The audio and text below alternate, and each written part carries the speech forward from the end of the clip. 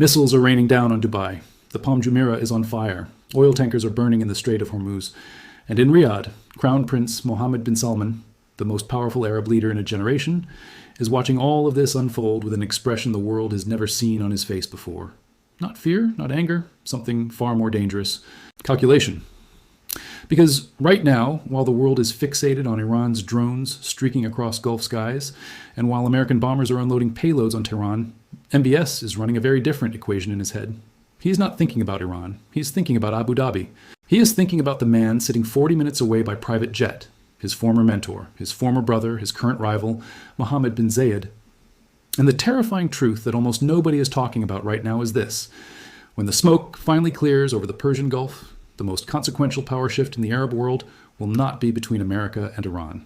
It will be between Riyadh and Abu Dhabi. Stay with me to the end of this video, because what I am about to reveal will completely change how you understand everything happening in the Middle East right now. The real war inside the war. The rivalry that could reshape the Arab world for the next 50 years. And the one moment, coming very soon, that will decide who wins it all. To understand what is really happening, we need to go back. Not to February 28th, 2026, when American and Israeli bombs first fell on Tehran. Not even to the months of failed negotiations that preceded it. We need to go back almost a decade, to 2015, to a moment that seemed like the beginning of a beautiful partnership, but was actually the seed of the most consequential rivalry in modern Arab history. In 2015, a young and relatively unknown Saudi prince was rapidly consolidating power inside the royal family. His name was Mohammed bin Salman. He was 30 years old. He was ambitious beyond measure, and he needed a mentor. He found one in Abu Dhabi. Mohammed bin Zayed, MBS, was everything MBS wanted to become. A ruler who had transformed a small desert emirate into one of the most influential states on the planet. A man who had built an economy that did not depend on oil. A man who deployed military power with surgical precision. A man who was respected, feared, and admired from Washington to Beijing. MBZ was 24 years older than MBS. He saw the young Saudi as a protege. He lobbied Western governments on his behalf. He helped him navigate the treacherous corridors of Washington politics. He provided a blueprint for modernization. He was in every meaningful sense the man who helped make MBS. And that, as we will see, is precisely why MBS cannot afford to let him win. Because there is a law in geopolitics that is as old as power itself. The student always resents the teacher. The apprentice always outgrows the master. And when a smaller country believes it has the right to mentor a larger one, the larger one will eventually push back. Hard. That moment of pushback has been building for years. And right now, in the middle of the most explosive conflict the Gulf has ever seen, it is finally arriving. But before we get to the heart of that rivalry, and trust me, what MBS did to MBZ in Yemen just weeks before this war broke out is something that sent shockwaves through every intelligence agency in the region. We need to understand the battlefield that Iran created. Because of your support, we are here today. It is because of your support that we keep creating this content. Whether your support comes in the form of inbox DMs, comments, or specifically through the premium subscriptions, it takes our work a long way forward. We don't have support from any platform. Our channel get demonetized not once, but twice, because they don't want we provide the insider news. Demonetization or silencing someone's voice is very wrong, regardless of the issue they are speaking on. We stand with freedom of speech. Please join us with our membership subscription. We have already started producing more content for our paid subscribers, and eventually our goal is for half of our content to be for paid subscribers only. So become a part of the family, join, and subscribe. Because without understanding what Iran's missiles did to the Gulf, you cannot understand what those missiles actually did for MBS. On February 28th, 2026, the world changed. The United States and Israel launched Operation Epic Fury, a massive coordinated strike on Iran that killed Supreme Leader Ali Khamenei and dismantled the heart of the Iranian regime. Within hours, Iran retaliated. Not just against Israel, not just against American bases, against every single country in the Gulf Cooperation Council, everyone. For the first time in modern history, Iran fired on Bahrain, Kuwait, Qatar, Saudi Arabia, Oman, and the UAE simultaneously. Hundreds of drones, hundreds of ballistic missiles. The Gulf's skies lit up like the surface of a war planet. Now here's where things get deeply interesting. Look at where Iran hit the hardest. Saudi Arabia, the largest Arab nation, the supposed primary target of Iranian aggression for decades, received relatively few strikes in the first 48 hours. Just 2 major attacks. 2. Compare that to the UAE. The UAE absorbed the single heaviest barrage of any country outside Israel. Within the first 4 days, the UAE's Ministry of Defense reported dealing with 268 ballistic missiles, 15 cruise missiles, and 1,514 drones. 1,514. Fires burned at Dubai International Airport. The Jebel Ali port, the largest man-made harbor in the world, was targeted. A hotel on the Palm Jumeirah was set ablaze. The port of Fujairah, situated right at the mouth of the Strait of Hormuz, was engulfed in smoke. Abu Dhabi itself shook with explosions. And why? Why did Iran direct its most ferocious assault not at Saudi Arabia, the custodian of Mecca and Medina, the country that has been Iran's ideological rival for decades, but at the UAE? The answer to that question is economic, strategic, and it tells you everything about the world we are living in right now. One analyst put it perfectly. For Iran, the UAE is the place where a single strike can simultaneously pressure Washington, disrupt global energy, unsettle international finance, and generate worldwide attention. The UAE has spent years positioning itself as the Gulf's indispensable hub, the bridge between East and West, the home of global logistics, aviation, finance, and technology. Dubai is not just a city, it is a brand. It is a symbol. It is the physical proof of what an Arab state can become when it abandons the old model and embraces globalization. And Iran knew that hitting Dubai hits everything. Hits the world economy, hits investor confidence, hits the very idea that the Gulf is a safe place for the future. Now pause, because while all of this was happening, while the UAE was absorbing an unprecedented barrage, while Dubai was burning, while the world was watching Abu Dhabi defend itself against over 1,000 drones, MBS was watching too. And here is what none of the major news networks are telling you. MBS was not purely horrified.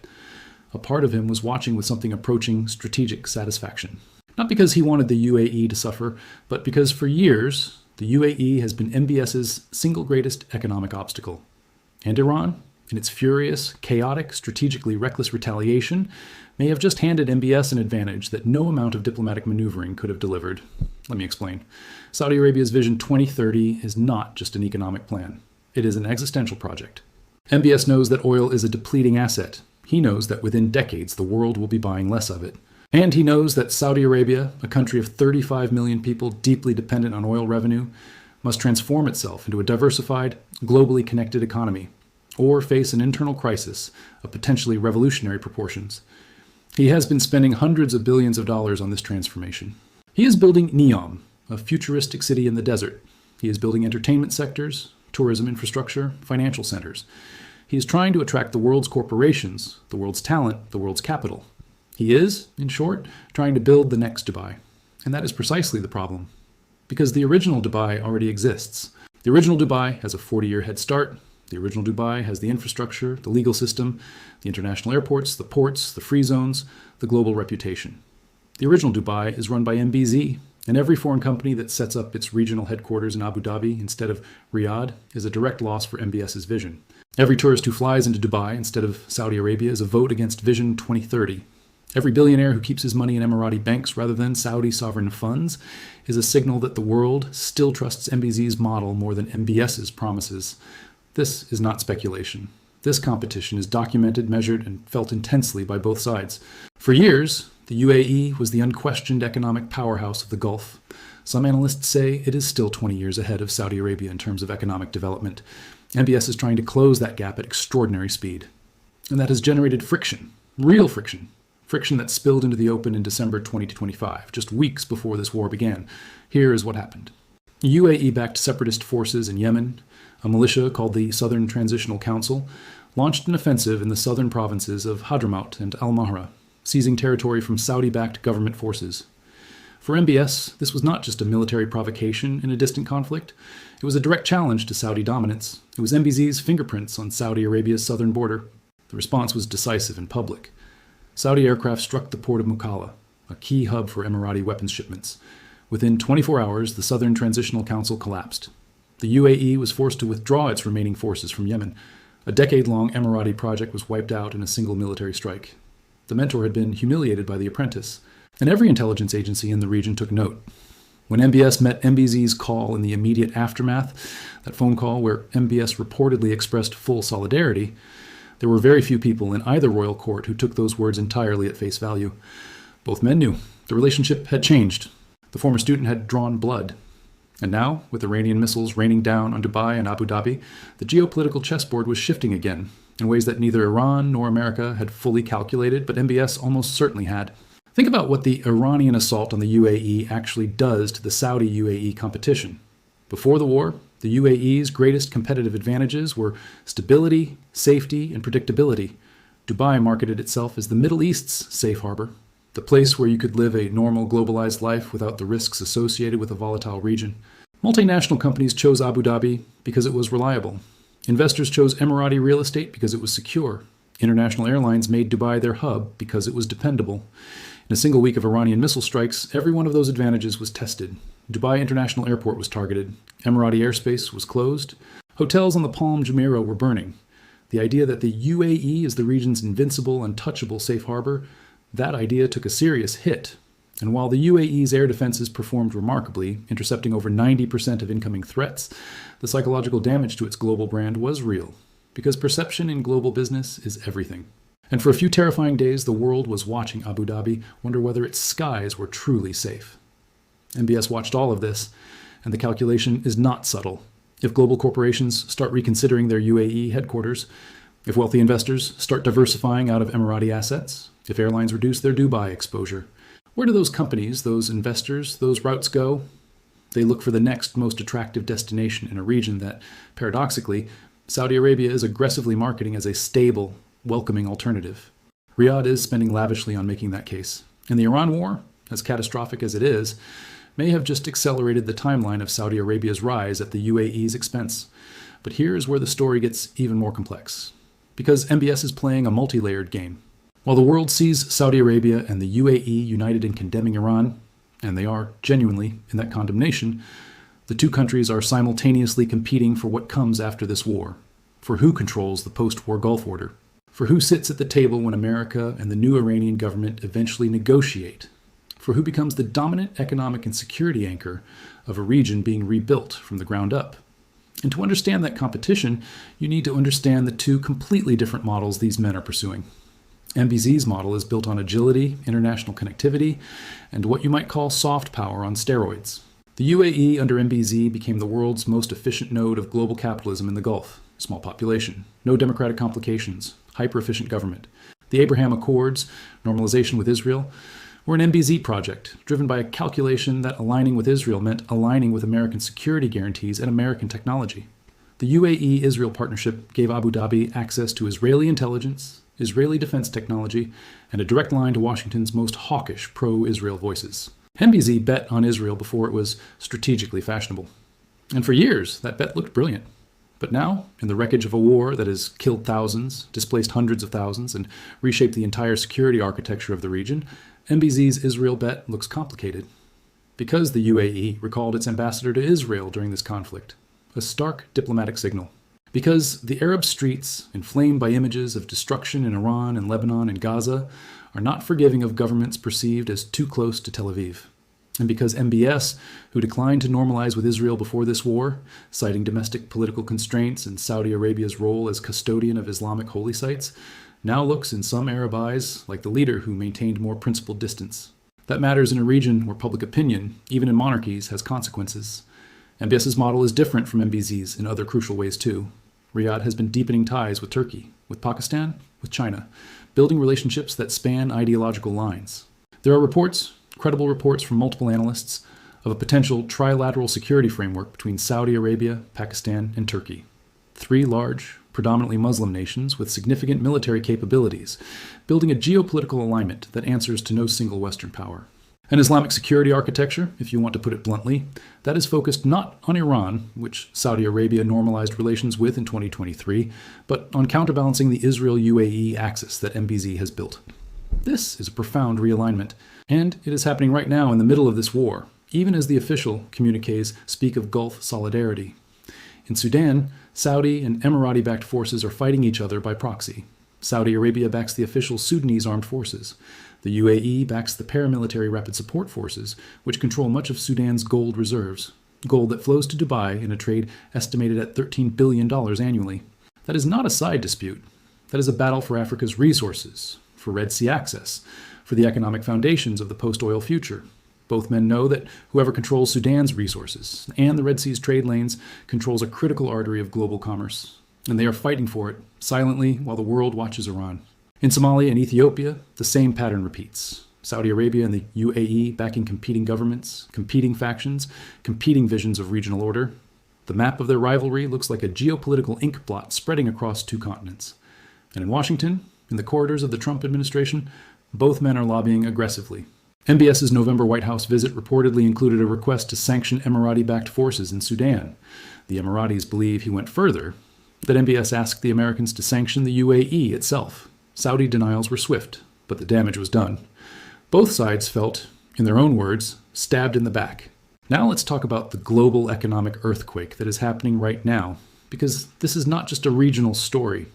This is a story about every person on this planet who uses energy, who buys goods transported by ship, or who has money in any financial market anywhere in the world. And this is also where MBS's rivalry with MBZ intersects with something much larger: the future of oil, the future of global trade, and the future of the world economy. The Strait of Hormuz is the most important choke point in the global energy system. Every single day before this war, approximately 20% of the world's oil supply passed through this narrow stretch of water between Iran and Oman. 20%. Think about what that means. 1 in every 5 barrels of oil that powers global industry, transportation, heating, electricity generation, it came through this strait. And right now, that strait is, for all practical purposes, a war zone. Iranian forces declared it closed. Iranian missiles have targeted vessels moving through it. The U.S. Navy is attempting to keep it open. But shipping companies are rerouting. Insurance costs have exploded. Oil tankers are taking the long way around Africa rather than risk the Persian Gulf. And the consequences for global markets have been immediate and devastating. Oil prices surged past $100 a barrel within days of the conflict beginning. European natural gas prices jumped 40% in a single day when Qatar paused exports from a major gas facility after an Iranian attack. Stock markets across Asia, Europe, and the Americas dropped sharply as investors processed the implications of a potential prolonged disruption to Gulf energy flows.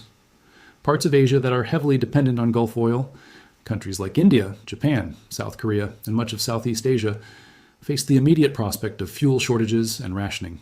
Inflation, which central banks around the world had spent years trying to contain, was suddenly looking at a new and powerful upward driver.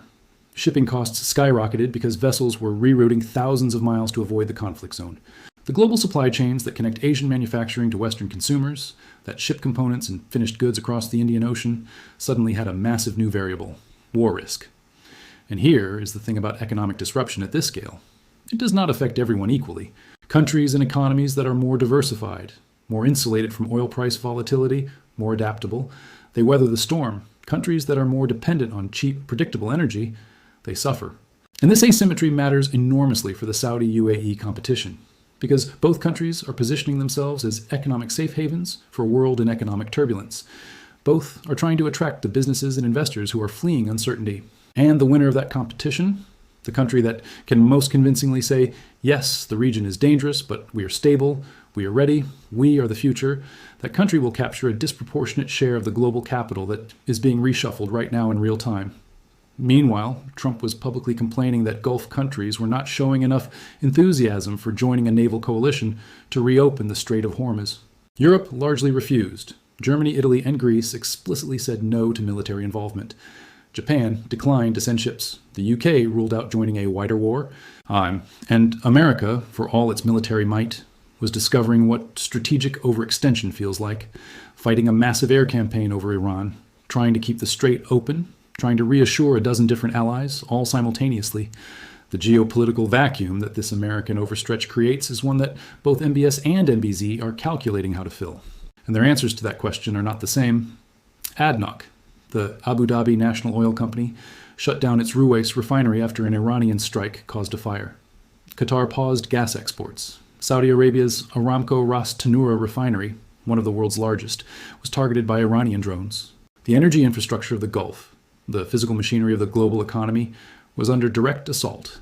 And in the middle of all of this, the United Nations Security Council passed a resolution with a record 135 co-sponsors demanding Iran immediately cease its attacks.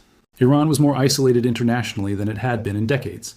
Its retaliation, intended to pressure America and Israel into stopping their assault, had instead driven the Gulf states, including countries that had been carefully managing their relationship with Tehran, firmly into the American camp. Former CIA Director David Petraeus called Iran's decision to attack all Gulf countries simultaneously a strategic error. Gulf diplomats were privately furious.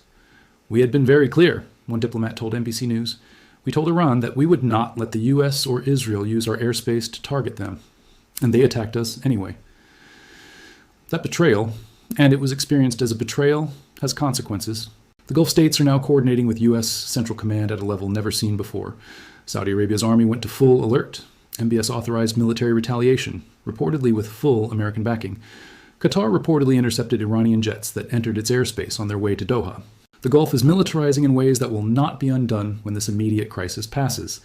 And here is where we reach the deep strategic revelation that this entire video has been building toward. When this war ends, and it will end because all wars end, the Middle East that emerges will be fundamentally different from the one that existed before February 28, 2026. Iran's proxy network, Hezbollah, Hamas, the Houthis, has been significantly degraded. Iran's own military capacity has been severely damaged. The Iranian regime itself is in a state of unprecedented disruption, with a new supreme leader, Mojtaba Khamenei, trying to assert authority over Revolutionary Guard commanders, who reportedly continued attacking Gulf states even after the Iranian president ordered them to stop, a stunning display of internal fracture. The old Middle East, in which Iran's network of proxies gave Tehran enormous leverage across the region, is being dismantled in real time. What fills that vacuum? That is the question of the decade. And MBS and MBZ have radically different answers. MBZ's answer is the UAE fills it, in partnership with Israel and the United States, using the same model that has always worked. A small, agile, hyper-connected state that serves as a hub for global capital and a platform for American power projection. MBZ believes that the Abraham Accords framework, expanded and deepened, is the architecture of the post-war order. He believes that the Israel-UAE axis, now battle-tested and validated by the war, becomes the backbone of Gulf security. He sees Abu Dhabi as the indispensable intermediary between Washington and the post-war Middle East. And in that vision, Riyadh is important but secondary, a large, religiously conservative neighbor that will eventually follow Abu Dhabi's lead, as it has always done. Or so MBZ's calculation goes.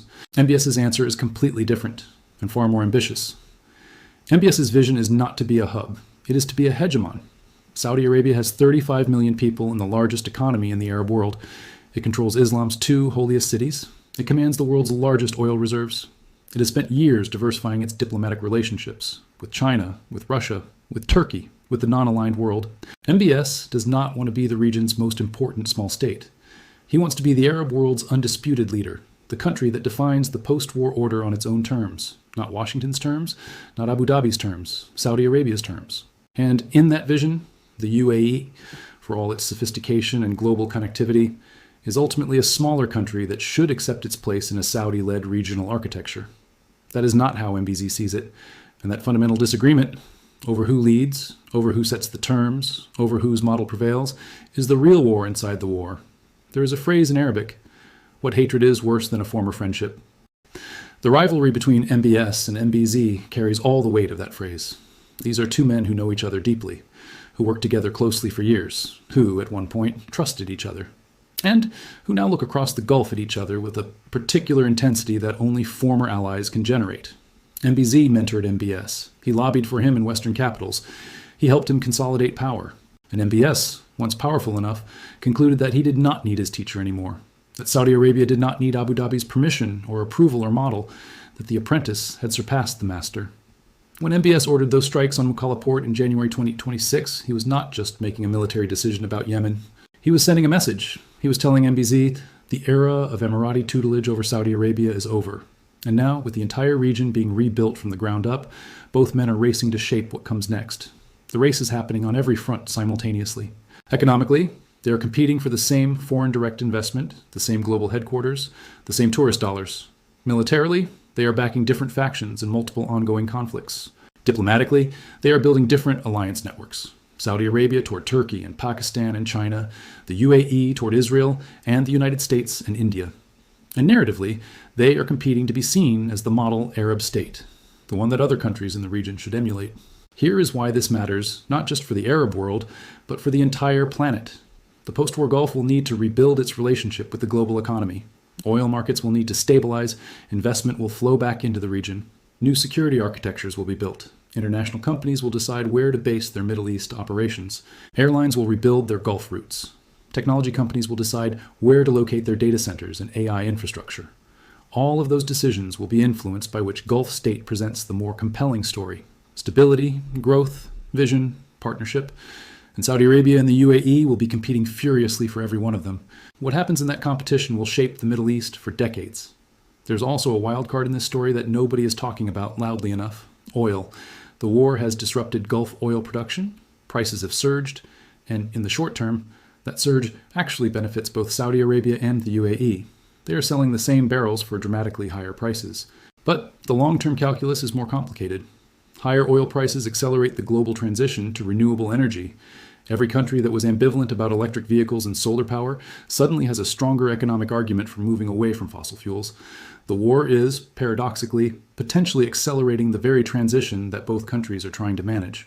They are both racing to diversify before oil becomes a declining asset, and the war may have just shortened their runway.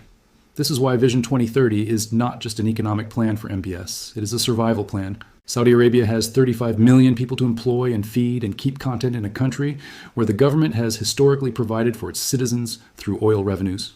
As oil revenues become less certain, both because of long-term energy transition trends and because of short-term war disruption, the pressure to diversify accelerates. Tourism, entertainment, technology, financial services, these are not luxuries for Saudi Arabia, they are necessities.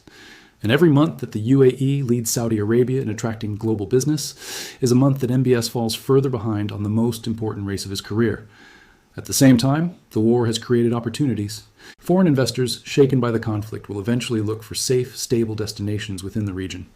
Saudi Arabia, which suffered far less direct damage than the UAE in the Iranian strikes, can make the argument that its geographic depth, its distance from the Strait of Hormuz, its size, its defensive capacity, makes it a more resilient long-term investment destination. Riyadh is already making that argument. NEOM and the Red Sea tourism projects are being marketed as the future of the region, not despite the war, but in some ways because of it, as the parts of the Gulf that were not burning. But there's a deeper irony embedded in all of this. The Atlantic Council published an extraordinary analysis in the early days of the war, noting that despite the very public feud between Riyadh and Abu Dhabi in the months before the conflict, the Yemen confrontation, the mutual accusations, the diplomatic cooling, the Iranian attacks actually forced them back together. Gulf solidarity, the analysis noted, remained strong even amid rivalry. Saudi Arabia offered to place all its capabilities at the disposal of its Gulf neighbors. MBS called MBZ to express full solidarity. The two countries issued joint statements condemning Iran alongside the United States. The Emiratis and the Saudis were, as one analyst put it, now speaking the same language. On the surface, unity. Beneath the surface, competition. Both things are true simultaneously, and that is the most sophisticated geopolitical reality to grasp about this moment. Because Iran, its strategic blunder of attacking all Gulf states simultaneously, may have temporarily suppressed the Saudi-UAE rivalry by forcing both sides to face a common threat. But it has not resolved the underlying competition. It has merely paused it. When the shooting stops, when the smoke clears, when the new post-war order begins to take shape, every one of the fault lines that existed before February 28th will reassert themselves. And they will do so in a region that looks fundamentally different, with Iran weakened, its proxies degraded, American credibility complicated by the costs and reach of this conflict, and a global economy still digesting the shock of what happened in the Persian Gulf. And this is where we arrive at the moment of revelation that this video promised at the start. Here is what almost no one is willing to say plainly. MBS may be the strategic winner of this entire conflict. Not because he wanted the war, not because he engineered it, but because of where it leaves him.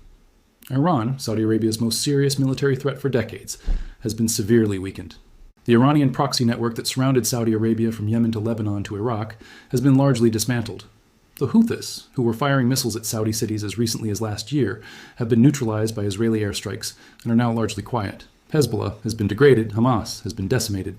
The entire axis of resistance that Tehran built to encircle and pressure Saudi Arabia has been broken. And Saudi Arabia did not have to fire a single shot to achieve this. America and Israel did it for them. Iran's attempt to bring the Gulf into the war by showering the UAE with missiles actually accelerated its own strategic defeat, because it drove the Gulf states closer to the American position rather than further away. Meanwhile, the UAE, MBS's primary economic competitor, absorbed the heaviest blow of any Gulf state, with its international image tested and its global brand under pressure. Not destroyed, not finished. The UAE is resilient, and its recovery will likely be remarkable, but set back. temporarily perhaps, but set back. And in the competition between two men running what are essentially startups disguised as ancient kingdoms, temporary setbacks have consequences. The post-war Saudi Arabia will face its rival across the Gulf, with Iran's shadow lifted, with a stronger military relationship with Washington, with a narrative of stability and resilience, and with the single most important asset in any competition for regional leadership: the credibility of a country that navigated one of history's most dangerous moments without losing its strategic direction. MBS will not say any of this publicly. He will speak of solidarity, of shared interests, of Gulf unity.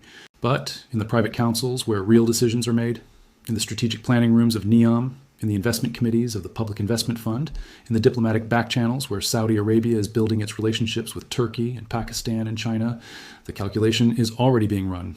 The post-war Middle East belongs to whoever can build it. And MBS has decided that builder will be him. The final chapter of this story has not been written. The guns are still firing. The drones are still flying. The oil markets are still convulsing. New Supreme Leader Mojtaba Khamenei is still threatening to continue strikes until American bases are closed. Trump is still trying to build a naval coalition to reopen the Strait of Hormuz. European countries are still refusing to join. The world economy is still absorbing the shock. Lebanon is still burning. Gaza is still under siege. And across the Persian Gulf, two of the most ambitious, most intelligent, most strategically capable leaders in the modern Arab world are watching all of it, running their calculations, positioning their pieces, preparing for the moment when the war ends and the real competition begins. What they are competing for is nothing less than the soul of the Arab world. What model prevails? What vision wins? Who defines the Middle East for the next half-century? The one who bet on Israel and American alignment and hyper-connected globalism? Or the one who bet on a Saudi-led regional order, on Islamic solidarity, on strategic autonomy, on the sheer weight and depth and demographic gravity of the Arab world's largest nation? These are not just geopolitical questions, they are civilizational ones. And the answers will determine not just who leads the Gulf, but what the Gulf means to the world. MBS's biggest threat was never Iran. Iran was the declared enemy, the one everyone saw coming, the one the strategy books were written about, the one the weapons were bought to deter. The threat that keeps MBS awake at night sits 40 minutes away by private jet. It speaks Arabic. It drinks coffee the same way. It prays 5 times a day.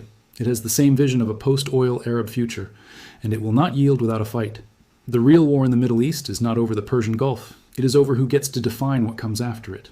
And that war, the silent, economic, diplomatic, strategic war between Riyadh and Abu Dhabi, that war is just beginning. This is the story the world is not watching. But it should be, because the rivalry between MBS and MBZ will shape your oil prices, your global trade routes, your technology investments, your geopolitical alliances, and the architecture of the global economy for decades to come. The missiles over Dubai were terrifying, but the meeting that happens in a private palace between two men who know each other too well when this war is finally over, that meeting will be the one that actually changes the world. If you want to understand what is really happening in the Middle East, not the surface narrative, but the deep strategic currents running beneath it, then you already know this channel is where that analysis lives. The world is changing faster than the headlines can keep up with, but the power behind power never changes. It is always, ultimately, about who controls the future. And right now, two men on opposite sides of the Gulf are both convinced they will be the one who does. Let us go deeper still.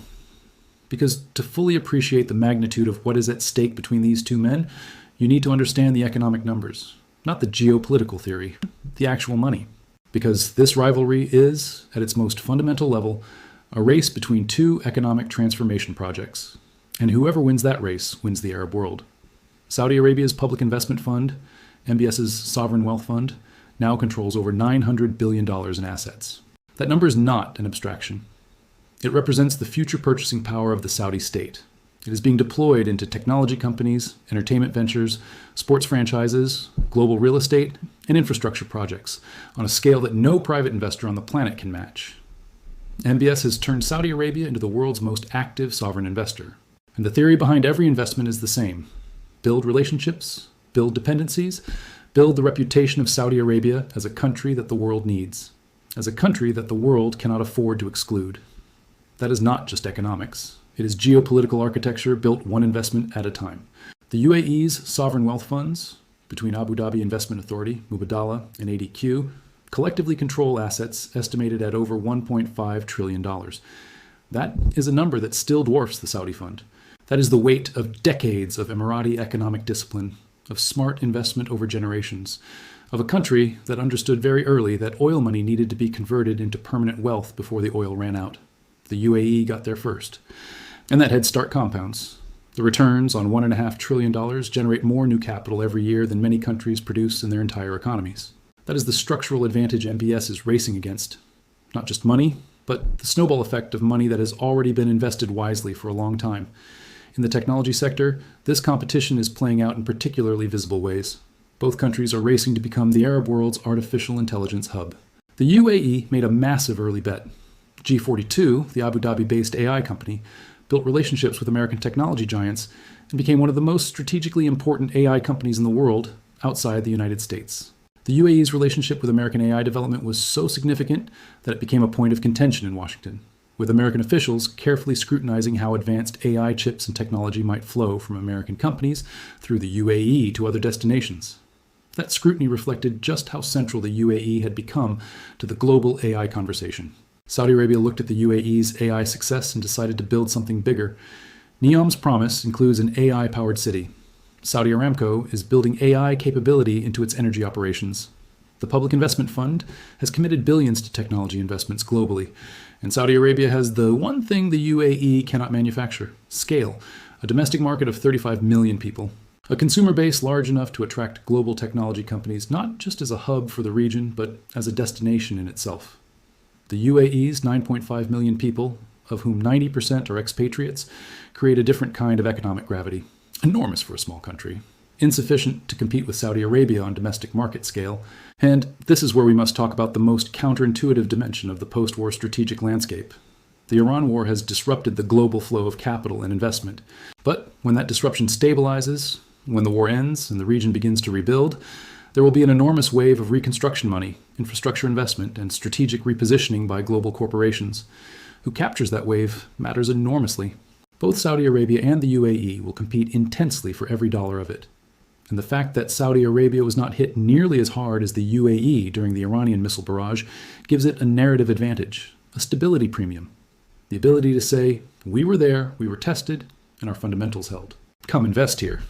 There is another dimension to this story that has barely been mentioned in Western media, but which every player in the region understands deeply: the role of religion. Saudi Arabia is not just any country, it is the custodian of Mecca and Medina. It is the spiritual center of the Islamic world. That gives MBS a form of soft power that no amount of Emirati economic sophistication can replicate. When 1.5 billion Muslims perform the Hajj pilgrimage, they go to Saudi Arabia. When Islamic charities distribute funds, they often route through Saudi institutions.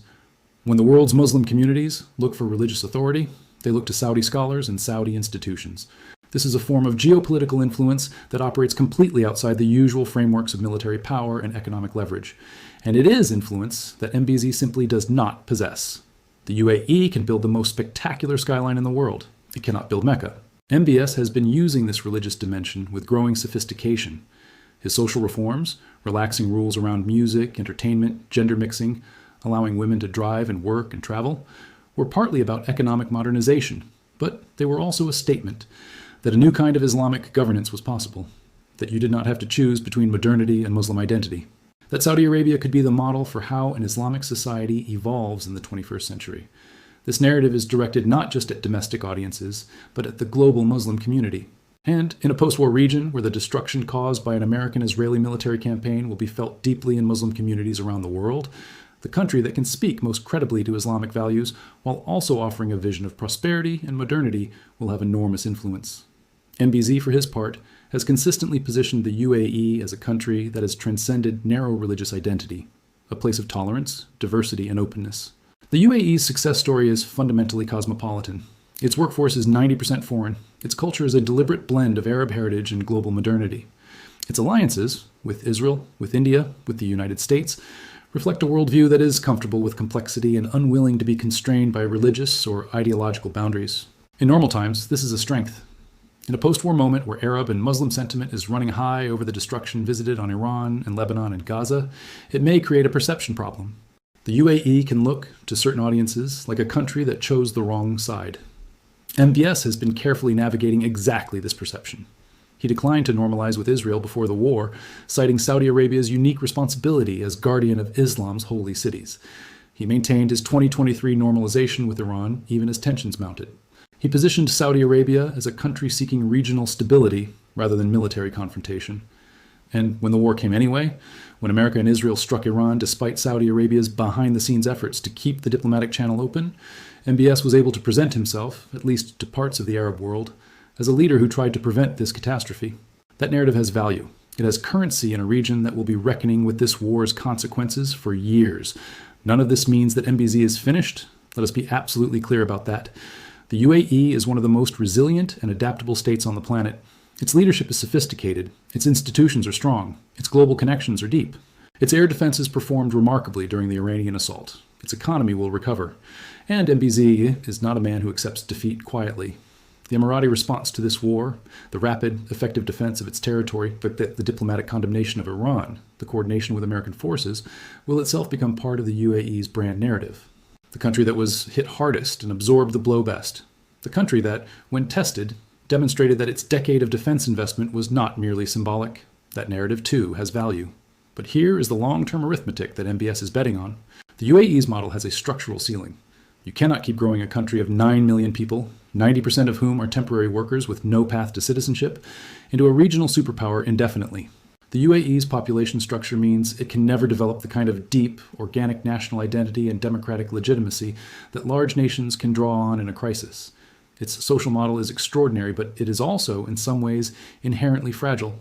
A single large terrorist attack, a prolonged war, a sharp global recession, a significant reduction in oil prices, any of these can trigger a capital flight and labor exodus that a country of permanent citizens can absorb, but that a country of 90% expatriates struggles to manage. The UAE knows this. It is working on it. But it is a structural challenge that does not have an easy solution.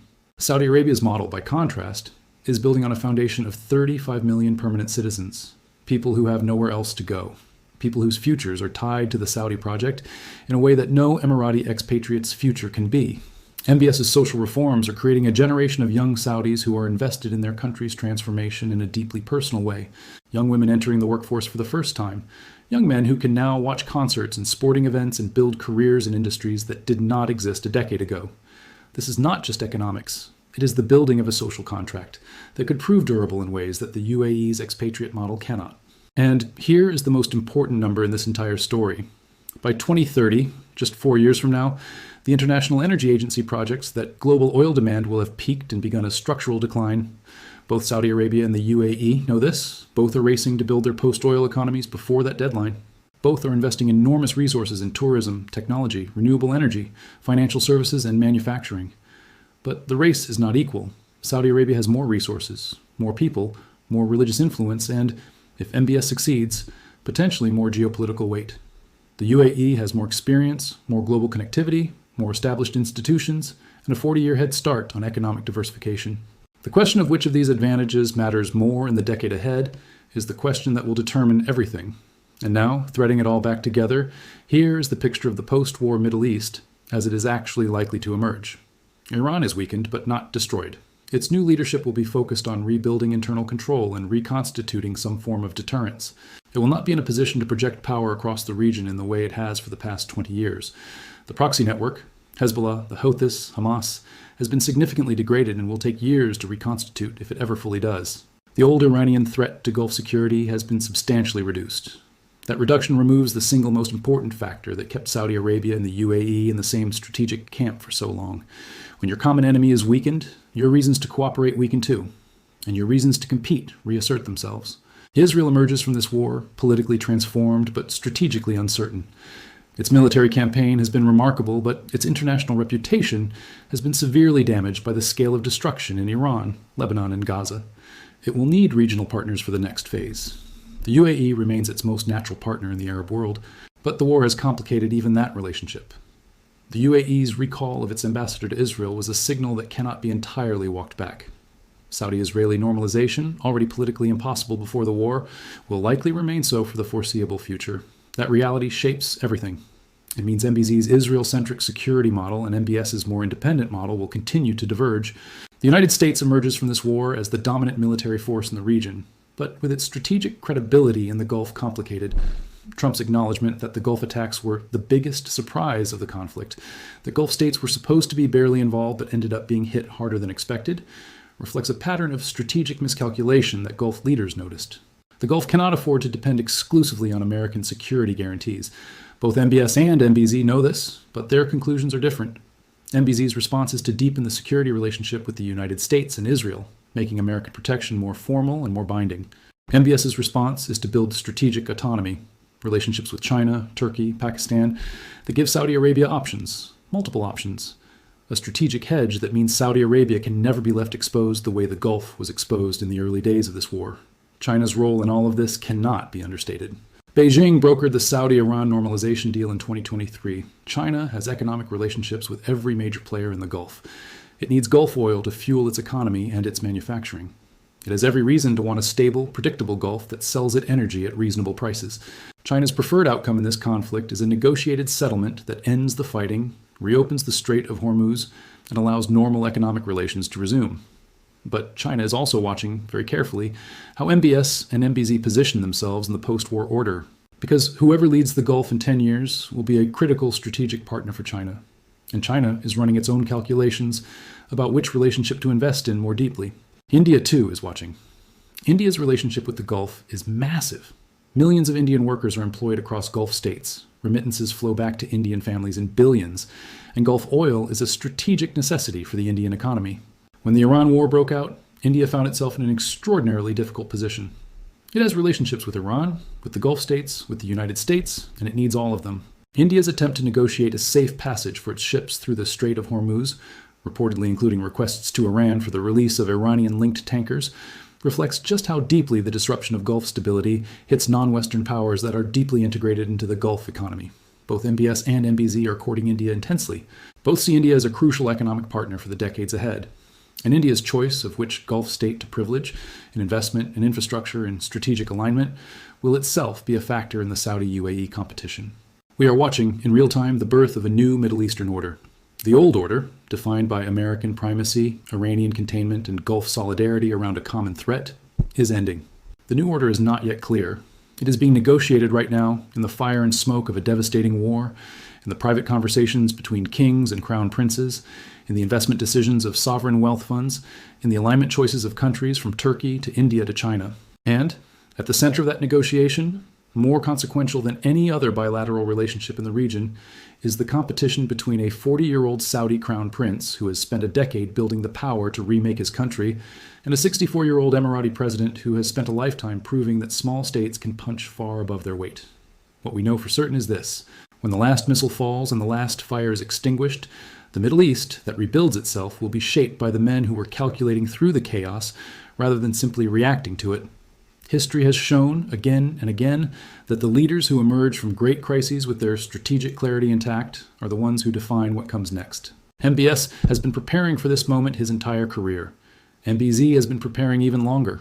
Both of them see in the wreckage of this war an opportunity. Both of them are right. The question is, which of them seizes it more completely? And that answer, that singular, consequential answer, will determine the shape of the Arab world for the next half-century.